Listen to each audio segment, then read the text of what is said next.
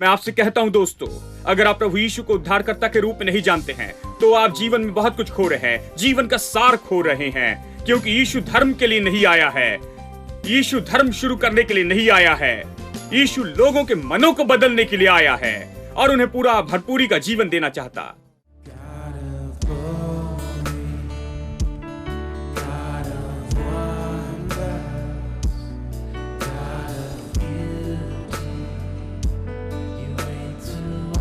Eternity before the mountains or the earth had been. You were our everlasting Lord. You've been our hope, you've been our shelter safe for young and old. Through generations past, we stand in awe of a God so great. We stand in thanks for your faithfulness. Oh Lord, you've been our dwelling place. God of glory, God of wonders, God of beauty, you reign through all eternity before the mountains or the earth had been known. You will everlasting. Tell him what he's been to you. You've been our hope, you've been our shelter safe for young and old. Through generations past, we stand in awe of the God so great. We stand in thanks for your faithfulness. Oh Lord, you've been our joy, you've been our hope. You've been our hope, you've been our shelter safe for young and old. Through generations past, we stand in awe of a God so great. We stand in thanks for your faithfulness. Oh Lord, you've been our dwelling place. Oh Lord, you've been our dwelling place. Oh Lord, you've been our dwelling place.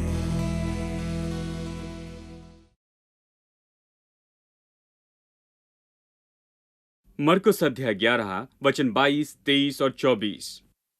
यीशु ने उसको उत्तर दिया, परमेश्वर पर विश्वास रखो। मैं तुमसे सच कहता हूं कि जो कोई इस पहाड़ से कहे तो उखड़ जा और समुद्र में जा पड़, और अपने मन में संदेह न करे, वरन प्रतीति करे कि जो कहता हूं वो हो जाएगा, तो उसके लिए वही होगा जो कहा है।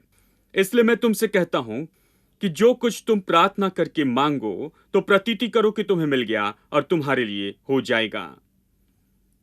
हम परमेश्वर जैसे विश्वास के बारे में देख रहे हैं। पिछले कुछ हफ्तों से यीशु ने अपने चेलों से कहा कि परमेश्वर पर विश्वास रखो, और वास्तविक अनुवाद कहता है परमेश्वर जैसे विश्वास रखो। कुछ बाइबल के अनुवाद इस तरह से कहते हैं, ये आधारित है कि आपके पास कौन सा अनुवाद है। कुछ अनुवाद इस तरह से कहते हैं कि परमेश्वर पर विश्वास रखो के बजाय परमेश्वर जैसे विश्वास रखो, परमेश्वर का सा विश्वास रखो। क्योंकि यीशु यही तो पतरस से कह रहा था कि तेरे विश्वास और मेरे विश्वास में अंतर है। वो कह रहा था क्योंकि तुम देख रहे हो कि क्या हुआ, उसके बाद में तुमने विश्वास किया। लेकिन यीशु कहता है जिस क्षण मैंने उससे कहा, मैंने विश्वास किया कि ये हो गया। मैंने कहा और तब ये हुआ। यही परमेश्वर जैसे विश्वास है। इसलिए यहां बहुत सी बातें हैं जो वास्तव में बाइबल के विश्वास को सांसारिक विश्वास से पूरी तरह से अलग करती है।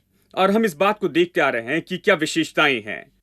और कुछ हफ्ते पहले हमने इस निश्चित विषय के बारे में चर्चा शुरू की जिसे हम अभी देख रहे हैं कि परमेश्वर जैसा विश्वास दिल का विश्वास है। यह विश्वास दिल का विश्वास करता है। यह कोई मानसिक बात नहीं है, यह मानसिक विश्वास नहीं है। यह ऐसा नहीं कि आप इसे मानसिक रूप में स्वीकार करते और सोचते हैं कि यही सही है और उसके साथ सहमत होते। यह दिल का विश्वास है। देखिए, दिमाग जो है वो तो अध्ययन करता है गणित का और फिर मैथमेटिक्स और केमिस्ट्री फिजिक्स का। यह अच्छा है, परंतु दिमाग विश्वास के लिए निर्माण नहीं किया गया है। दिमाग उन बातों के लिए निर्माण किया गया है, परंतु विश्वास के लिए परमेश्वर ने दिल दिया है। दिल विश्वास के लिए है, दिल परमेश्वर के लिए है। दिल आत्मिक संसार से आया है और ये उससे संपर्क के लिए बनाया गया है। इसलिए हम इसे देख रहे हैं। और अगर आपके पास आत्मिक सामर्थ्य है, आपके दिल में काम करती है, तो आप इस पहाड़ से कह सकती हैं। वचन 23 यही तो कहता है, अगर तुम संदेह न करो परंतु दिल में विश्वास करो। सब लोग कहे दिल में विश्वास करो।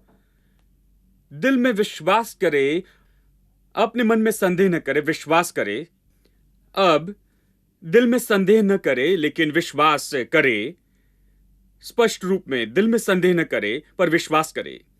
इसलिए हम देख रहे हैं कैसे मन का विश्वास कार्य करता है, क्योंकि ये बहुत ही महत्वपूर्ण है कि कैसे ये विश्वास का स्थान है और कैसे दिल की रक्षा करनी है। और ये सब मेरे साथ निकाले नीति वचन अध्याय 4, क्योंकि वहीं पर पिछले हफ्ते शुरू किया था। नीति वचन अध्याय 4 और चलिए वचन 20 से पढ़ते हैं। ये तो इस विषय में सबसे सुंदर ऐसा वचन का भाग है कि दिल का विश्वास क्या करता। हे मेरे पुत्र, मेरे वचन ध्यान धर के सुन और अपना कान मेरी बातों पर लगा। इनको अपनी आंखों से ओट न होने दे, वरन अपने मन में धारण कर। सब लोग कहे मन में धारण कर, धारण कर। यहां ये कहता है मेरे वचन ध्यान धर के सुन। इसका मतलब परमेश्वर का वचन ध्यान से सुने, इसी में ध्यान दे, अपना कान मेरी बातों की ओर लगा। और ये कहता है वचन को अपनी आंखों के सामने रख। क्यों हमें ध्यान देना है?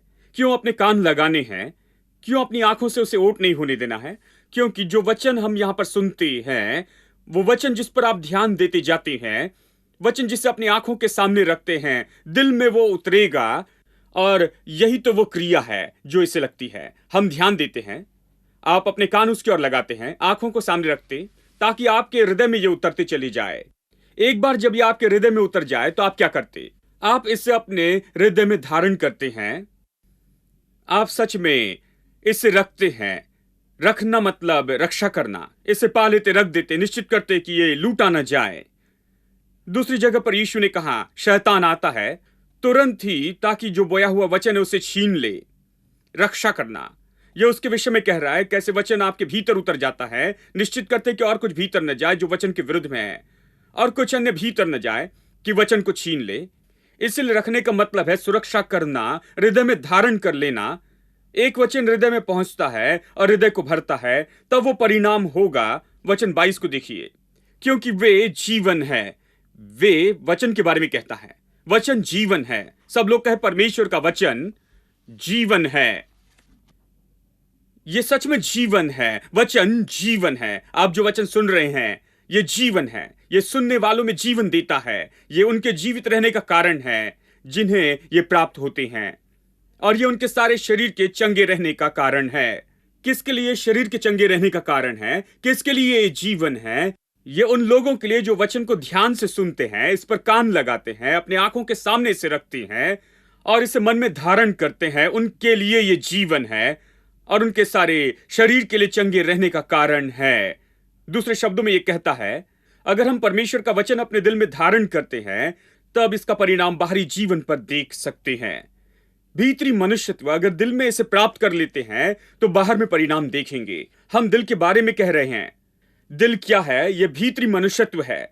इसलिए यदि हम इसे दिल में रखते हैं तो आप इसके परिणाम बाहर देखेंगे। इसके विषय में यह कह रहा है स्वास्थ्य, चंगाई और बहुत कुछ। प्राकृतिक शरीर में भी हम इसे देखते हैं, शरीर में परिणाम देखेंगे, अपने शरीर में इसके परिणाम को देख पाएंगे। एक बार वचन दिल में ले ले। मैंने आपको पिछले हफ्ते एम्प्लीफाइड बाइबल में से बताया था। एम्प्लीफाइड बाइबल इस तरह से कहती है सबसे अधिक अपने मन की रक्षा कर। वचन 23। किंग जेम्स वर्जन सामान्य रूप में कहता अपने मन की रक्षा कर, क्योंकि जीवन का मूल स्रोत यही है। वचन 23 को देखिए, सबसे अधिक अपने मन की रक्षा करना, ना केवल अपने मन में वचन रखना, पर मन की रक्षा करना। सब लोग कहे मन की रक्षा करना। दूसरा अनुवाद कहता है मन की सुरक्षा कर पूरे परिश्रम से, क्योंकि जीवन का मूल स्रोत यही है। इसी में से यह आता है, जीवन का सोता, जिससे यह तंदुरुस्ती आती है, जिससे चंगाई आती है, जिससे सफलता आती है, जिससे संपन्नता आती है, जिससे परिवार में शांति आती है। यही तो यह उत्पन्न करता है। सब कुछ मन से उत्पन्न होता है। जीवन का मूल स्रोत तो बस यही है। इसका मतलब यही है। एम्प्लीफाइड बाइबल में वचन 23 इस तरह से बताया गया है, सबसे अधिक अपने मन की रक्षा करे, जो कुछ भी तुम्हारे पास है उस सबसे बढ़कर, क्योंकि जीवन का मूल स्रोत यही है। सरल शब्दों में बताता हूं, यह कहता है तो अपने मन की रक्षा कर पूरी सचेतता से, और सबसे बढ़कर जो कुछ भी तुम्हारे पास है मन की रक्षा कर। इसका मतलब आपके पास बहुत सी चीजें हैं, संपत्ति है, आपके पास रुपया है, आपके पास व्यापार है, आपका परिवार है, सब कुछ आपको मिल गया है, आप सचेत है, सावधानी से रखते हैं, जो भी आपके पास है उसकी रक्षा करते हैं, अच्छा है। परंतु इन सब से बढ़कर जो आपको मिला है, आपके मन की रक्षा करे। यही एम्प्लीफाइड बाइबल कहती है। यह इसका सही अर्थ बताती है। हम बहुत अच्छे हैं जो हमें मिला उसकी रक्षा करने में, लेकिन मैं आपको बताऊं, कई बार हमारे पास जो है उसकी रक्षा करने में हम अच्छे नहीं होते हैं, मन की रक्षा के विषय अधिक ध्यान नहीं देते। लेकिन मैं आपको बताऊं, हमें महत्व देना चाहिए। एम्प्लीफाइड बाइबल इसका अर्थ बताती है, जहां यह कहती है कि किसी और बातों से बढ़कर मन की रक्षा करे अपने जीवन के विषय। क्यों? क्योंकि हर एक बात दिल से उत्पन्न होती है। दिल वो चीज है जो सब उत्पन्न करता है।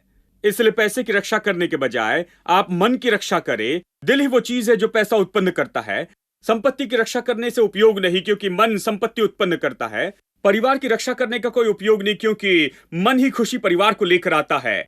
कारोबार की रक्षा करने का कोई उपयोग नहीं, क्योंकि दिल से ही, अच्छे दिल से ही, वो जो कि जीवन का स्रोत है, उससे ये कारोबार आया है, जिससे सफलता आई है। एक अच्छा दिल। इसलिए अपने दिल की रक्षा करे। दिल ही जो जीवन का मूल स्रोत है, यही तो बाइबल सिखाती है। इसलिए दिल मनुष्य का केंद्र बिंदु है, इसलिए जीवन की कुंजी है। अब मैं आज बताना चाहता हूं, और अगले हफ्ते भी इन 3 बातों को पूरा करना चाहता जो हमने इसे देखा है।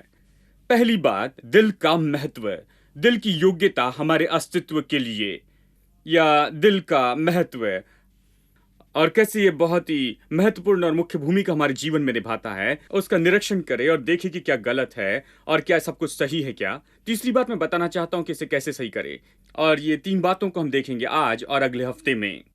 परंतु बात तो ये है, आइए दिल के महत्व के बारे में कहें। पिछले हफ्ते मैंने आपको बताया था, अगर आप एक कॉन्कर्डेंस ले और उसे देखें तो दिल शब्द आप पाएंगे 100 से भी अधिक बार। अगर आप इसका अध्ययन करना शुरू करें तो आप पाएंगे कि बुरा दिल है, अच्छा दिल है, बुरा अनेक तरह से वर्णन किया गया है। उदाहरण के लिए कठोर दिल, दोचित्ता दिल, संदेह वाला दिल, हाँ, मूर्ख दिल, टूटा दिल, अंधा दिल, धोखा पाया दिल, अपराधी दिल, क्रोधित दिल, विकृत दिल, भारी दिल, विद्रोही, बलवा करने वाला दिल, मूर्छित दिल, विभाजित दिल। ऐसे बहुत से हैं। उदाहरण के लिए ये छोटी सूची है। जब बाइबल अच्छे दिल के बारे में कहती है, ये सब बाइबल में है, यहाँ वचन है, इसके बारे में यही तो सब कुछ प्रकट होता है। अब अच्छे दिल के विषय में इस बारे में प्रकार से सूची दी गई है: शुद्ध दिल, नम्र दिल, सच्चा दिल, खुला दिल, सही दिल, दृढ़ दिल, स्थापित दिल, ज्ञानी दिल, ऐच्छिक दिल, आनंदित दिल, समझ का दिल और सिद्ध दिल। हाँ, फिर से छोटी सूची है। अगर आप इसके विषय में देखें, अध्ययन करें और इसे समझने की कोशिश करें, तो आपको इसे समझने के लिए बहुत दिन लग जाएंगे, शायद कई महीने लग जाएंगे कि इसका अध्ययन करें, क्योंकि दिल बाइबल में सबसे महत्वपूर्ण विषय है। दिल ही जीवन का मुख्य स्रोत है, यही बाइबल सिखाती है। ठीक है, यीशु सिखाता है कि दिल कितना महत्वपूर्ण है। कृपया मेरे साथ निकाले मरकुस अध्याय 7 वचन 14 से आगे। तब उसने लोगों को अपने पास बुलाकर उनसे कहा, तुम सब मेरी सुनो और समझो। ऐसी कोई वस्तु नहीं जो मनुष्य में बाहर से समाकर, मतलब बाहर से आकर उसे समाकर उसे अशुद्ध करे, परंतु जो वस्तुएं मनुष्य के भीतर से निकलती है वे ही उसे अशुद्ध करती हैं। यदि किसी के सुनने के कान हो तो सुन ले। वो महत्वपूर्ण बात कर रहा है, इसलिए कहता है यदि किसी के सुनने के कान हो तो सुन ले। इसका मतलब ये महत्वपूर्ण बात है। किसके बारे में कह रहा है? वो कहता है कोई वस्तु जो बाहर से भीतर जाती है वो उसे अशुद्ध नहीं करती है। वो ये क्यों कह रहा है? वो इसलिए कह रहा है क्योंकि यहां पर विरोध की बात थी। अगर आप पहले कुछ वचन पढ़ते हैं तो वास्तव में पहले वचन से आगे इस अध्याय में आप देखेंगे कि फरीसी और शास्त्री उसका विरोध कर रहे थे और यीशु के साथ में वाद विवाद कर रहे थे क्योंकि उन्होंने चेले के साथ कुछ गलत देखा। उन्होंने कौन सी गलती देखी? उन्होंने देखा कि हाथ धोए बिना खा रहे हैं। यह तंदुरुस्ती की बात है, हम सब सहमत हो गए, हमें अपने हाथ धोकर ही खाना चाहिए। परंतु इन लोगों ने क्या किया? उन्होंने इसे आत्मिक बात बना दी। वो बहुत धार्मिक बन गए। धर्म ऐसा बन गया कि वो केवल विधि और धार्मिक विधियों को पालन करने लगे। वे धार्मिक विधियों के रूप में हाथ धोते, धार्मिक विधियों के रूप में खाना खाते। हाँ, धोने के काम में वो वास्तव में हाथ नहीं धोते हैं, बस धार्मिक तौर पर पानी से हाथ गीला करते, कहते हैं धो लिए, इस तरह का धोना। और धर्म ऐसे अनेक धार्मिक क्रियाओं से बना हुआ था, इसलिए जब चेले बाहर जाकर भीतर आए उन्होंने इस धार्मिक क्रिया को नहीं किया। सिर्फ पानी नहीं छिड़का, अपने हाथ पानी में नहीं डाले, गीला नहीं किया। जानते हैं, वे बहुत ही परेशान हो गए क्योंकि उन्होंने सोचा कि यही बात उन्हें पवित्र बनाती है। इसी बात ने उन्हें अशुद्ध कर दिया। इसी बात ने तुम्हें अशुद्ध कर दिया आत्मिक रूप में, उन्होंने सोचा। इसलिए यीशु ने उनसे कहा कोई भी वस्तु जो बाहर से भीतर जाती है वो अशुद्ध नहीं करती है। इसी तरह से उसने ये कहा, परंतु जो वस्तु मनुष्य के भीतर से निकलती है वे ही उसे अशुद्ध करती है। यदि किसी के सुनने के कान हो तो सुन ले। जब वो भीड़ के पास से घर में गया तो उसके चेलों ने उस दृष्टांत के विषय में उससे पूछा। उसने उनसे कहा तुम क्या कह रहे हो? क्योंकि वे उसी धार्मिक शिक्षा के आदी हो गए थे और यीशु यहां पर असली आत्मिक मुद्दे पर कह रहा था और वो नहीं समझ पाए। वचन 18, उसने उनसे कहा क्या तुम भी ऐसे ना समझ हो? क्या तुम नहीं समझते कि जो वस्तु बाहर से मनुष्य के भीतर जाती है वो उसे अशुद्ध नहीं कर सकती है क्योंकि वो उसके मन में नहीं जाती। देखिए, यही तो कुंजी है। यहां पर ये जो अशुद्ध जो धूल है वो मन में नहीं जाती है। ये तो असली धूल के बारे में कह रहा है। शायद वो पेट में चले जाए और पेट को थोड़ा खराब कर दे।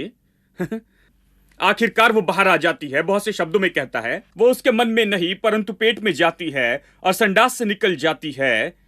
ये कहकर उसने सब भोजन वस्तुओं को शुद्ध ठहराया। फिर उसने कहा जो मनुष्य से निकलता है वो मनुष्य को शुद्ध करता है क्योंकि भीतर से अर्थात मनुष्य के मन से, हाँ यानी यहीं पर है, अर्थात मनुष्य के मन से बुरे बुरे विचार आते हैं। व्यभिचार, परस्त्रीगमन, हत्या, चोरी, लोभ, दुष्टता, छल, लुचपन, कुदृष्टि, निंदा, अभिमान और मूर्खता निकलती है। और ये सब बुरी बातें भीतर से ही निकलती है और मनुष्य को अशुद्ध करती है। अब ये अद्भुत है। एक छोटे से वाक्य में यीशु ने कह दिया कि समस्या कहां से आती है। जानते हैं, कई बार हम जीवन को जटिल बना देते हैं। कुछ लोगों से पूछिए क्या समस्या है तो उनके पास बताने के लिए बड़ी कहानी होती है। आप जानते हैं ब्रदर, ये हो गया, वो हो गया, इसने ये किया, वो किया। वो समस्या नहीं है, दिल की समस्या है। ओ ब्रदर, नहीं नहीं, उस व्यक्ति की समस्या नहीं, तुम्हारे मन की समस्या है। दिल, यीशु कहता है बुरे मन के भीतर से बुरी बातें ही निकलती है। व्यभिचार कहां से आता है? मन से। बुरे विचार कहां से आते हैं? मन से। परस्त्रीगमन कहां से आता है? मन से। निंदा कहां से आती है? मन से। हत्या कहां से आती है? चोरी कहां से आती है? लोभ कहां से आता है? दुष्टता कहां से आती है? धोखा कहां से आता है? लुचपन कहां से आता है? अभिमान कहां से आता है? ये सब बुरी बातें मन से ही आती है। हर एक बुरी चीज मन से ही आती है। देखिए, मन से ही सब कुछ बुरा आता है और इसी के कारण ये संसार इतनी बुरी जगह हो गई है। मनुष्य का मन, एक दिन मैं कुछ पढ़ रहा था, जानते हैं, एक व्यक्ति मुझसे पूछ रहे थे, जानते हैं लोग इस तरह क्यों हैं? हालांकि बहुत से भक्तिपूर्ण लोग जो हैं इस देश से उठ खड़े हुए हैं, तो भी क्यों लोग इस तरह से है? हाँ, यही तो सवाल है। यह अच्छा सवाल है। क्यों हम अभी भी ऐसी जगह पर है? क्यों ये संसार मुश्किल जगह है? क्यों संसार यहां पर दुख में है? संसार इतने परेशानी में क्यों है? क्यों परिवार सुखी नहीं हो सकते? क्यों हम शांतिपूर्ण जीवन नहीं जी सकते हैं? क्यों हमें विश्राम और शांति नहीं मिल सकती? क्यों? क्योंकि मनुष्य का मन ठीक होना जरूरी है। कुछ भी हो, मनुष्य के मन में कुछ गलत हो रहा है, और उद्धार तो इन्हीं बातों के विषय में है। जब हम उद्धार के बारे में कहते हैं तो हम कहते हैं कि परमेश्वर मनुष्य के मन से व्यवहार करता है और उसे नया दिल देता है, जहां पुरानी बातें बीत जाती है और सब कुछ नया हो जाता है। और मैं आपसे कहता हूं दोस्तों, अगर आप प्रभु यीशु को उद्धारकर्ता के रूप में नहीं जानते हैं तो आप जीवन में बहुत कुछ खो रहे हैं, जीवन का सार खो रहे हैं, क्योंकि यीशु धर्म के लिए नहीं आया है। यीशु धर्म शुरू करने के लिए नहीं आया है। यीशु लोगों के मनों को बदलने के लिए आया है और उन्हें पूरा भरपूरी का जीवन देना चाहता है। यीशु तो दिल के लिए आया है। यीशु इस जीवन के लिए है कि वो हमें जीवन दे और हम बहुतायत का जीवन जी सके। यही परमेश्वर आपसे चाहता है। वो आपको सबसे ज्यादा आनंद देना चाहता है, सबसे बड़ा आनंद और शांति जो आपके दिल में और जीवन में आपके परिवार को भर देगी और आपके हाथों के काम और सब कुछ सफल होने लगेंगे। परमेश्वर सफलता और शांति और आपके लिए संपन्नता चाहता है। यीशु भरपूरी का जीवन देने के लिए आया है। वो यही देने आया है। वो बिल्कुल स्पष्ट कहता है। उसने ये नहीं कहा कि मैं आया हूं कि मैं मसीहत शुरू कर दूं। उसने ऐसे नहीं कहा कि मैं धर्म शुरू करने आया हूं। उसने कहा मैं इसलिए आया हूं कि तुम जीवन पाओ और बहुतायत का जीवन भरपूरी से पाओ। रविवार की शाम की सभा में भरपूरी के जीवन के बारे में सिखा रहा। बहुत अधिक भरपूरी, इसका अर्थ है बहुत भरपूरी है। यह तो अतिरिक्त है और भरपूरी से बहुतायत से है, जो कुछ भी हम मांगते या सोच सकते उससे बढ़कर। परंतु इस तरह से लोग नहीं रह रहे हैं। लोगों का जीवन परेशानी, समस्या और कठिनाइयों से भरा है, क्योंकि मन बुराई से भरा है। जिस परिवार में आप जाते हैं आपको समस्या मिलेगी और हर जगह बुरा मन मिलेगा। पति एक तरफ जाता है, पत्नी दूसरी तरफ जाती है, बच्चे दूसरे रास्ते पे जाते हैं। जानते हैं, मन बुराई से भरा है। मन के साथ कुछ गलत हुआ है। आप हर तरह की बुराई को देखते हैं। जिस बुराई के बारे में कहा गया है, इन सारी बुराई की जड़ को आप देखते हैं, क्योंकि मन बुरा है। मन ही है जहां से सब बातें निकलती है। और यीशु ने इसी मुख्य मुद्दे के बारे में उस तरह से कहा, यह सब मनुष्य के मन से निकलता है। ये थोड़ी सी धूल क्योंकि हाथ नहीं धोए, शायद ये धार्मिक विधियां हो, ये तुम्हारे मन पर प्रभाव नहीं डालेगी, बस मन में नहीं जा सकती है। ये तो पेट में चली जाएगी और फिर निकल जाएगी। लेकिन मन के बारे में आपको रक्षा करनी है, सचेत रहना है, क्योंकि मन से ही हर प्रकार की बुराई निकलती है। आपको सावधान रहना है कि आपके मन में क्या जाता है, क्योंकि वही मन से बाहर निकलता है। मन में क्या रखा है, आप किससे भरे हैं, क्योंकि वही तो आप में से बाहर निकलेगा। दिल, मैंने पिछले हफ्ते आपको बताया था, दिल एक जमीन की तरह है, एक उपजाऊ जमीन तैयार है, बीज का इंतजार करती है। आप जो कुछ भी इसमें डालेंगे उसे ही काटेंगे। बाइबल कहती है, धोखा न खाओ, परमेश्वर थट्टों में उड़ाया नहीं जाता है, क्योंकि जो कुछ आप बोते हैं वही काटेंगे भी। यह किस बारे में कहता है? यह बता रहा है कि आप अपने मन में हमेशा क्या बोते हैं। आप अपने मन में कुछ न कुछ बोते रहते हैं, चाहे आप जाने या न जाने। बातें आपके मन में होती रहती है। जब आप टीवी देखते हैं तो कुछ हो रहा है, जब आप मैगजीन पढ़ रहे हैं तो मन में कुछ जा रहा है, जब आप अखबार पढ़ रहे हैं तो आपके मन में कुछ जा रहा है, जब आप किताब पढ़ रहे हैं तो कुछ भीतर जा रहा है, जब आप बातें करते हैं भीतर जा रहा है। बातें मन में जा रही है और ये क्रिया चालू है, चाहे आप इसे जाने या न जाने। ये सक्रिय रूप में हमेशा आप बीज बोते जा रहे हैं और फिर आप आश्चर्य करते हैं, ये सब कुछ क्यों हो रहा है? मेरे प्रभु, मैं क्या करूं? ये कैसे हो रहा है? ओ ब्रदर, मैं परमेश्वर से जानना चाहता हूं, मैंने क्या किया? ये क्यों समस्या मेरे ऊपर में आ गई है? आपने कुछ नहीं किया, आपने अनजाने में से मन में डालते गए हैं और ये सारी बुरी बातें बोते गए हैं। शायद आप कोई बुरे व्यक्ति नहीं, आपने जानबूझकर ऐसे नहीं किया होगा, लेकिन आप जागरूक नहीं रहे हैं। कई बार हम व्यर्थ बातें करते हैं। आप जानते हैं, हम सारी गंदगी को लेते हैं, उन पर मनन करते हैं, उनको देखते हैं और उन सारी गंदगी को अपने दिमाग में और दिल में आने देते हैं और फिर आश्चर्य करते हैं कि सब क्या हो रहा है। ये सब वहीं से आया, आपने इसे डाला है। ऐसा ही कुछ नहीं होता है, ऐसे कुछ नहीं बढ़ता कोई बोए बिना ही।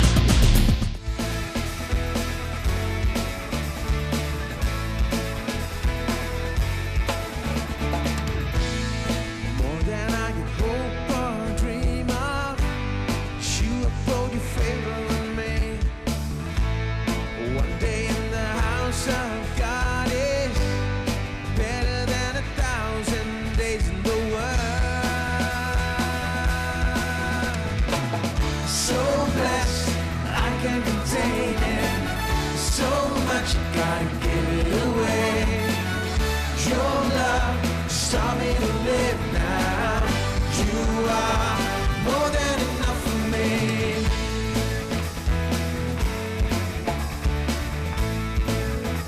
More than I could hope. More than I could hope or dream of. You put your favor on me.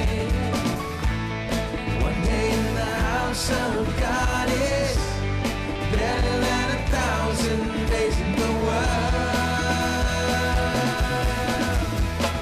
So blessed, I can't contain it. So much, I gotta give it away. Your love taught me to live now. You are more than so blessed. So blessed, I can't contain it. So much, I gotta give it away. Your love taught me to live now.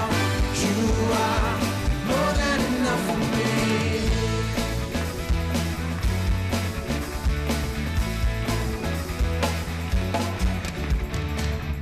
Lord, you're more than enough for me. Lord, you're more than enough for me. Everybody, say that, confess that. Lord, you're more than enough for me. Lord, you're more than enough for me. Let's just raise our hands and say that. Lord, Lord, you're more than enough for me. Lord, you're more than enough for me. You're more than enough, Lord. Lord, you're more than enough for me. Lord, you're more than enough for me. So blessed, I can't contain it. So much, I gotta give it away. Your love just taught me to live now. You are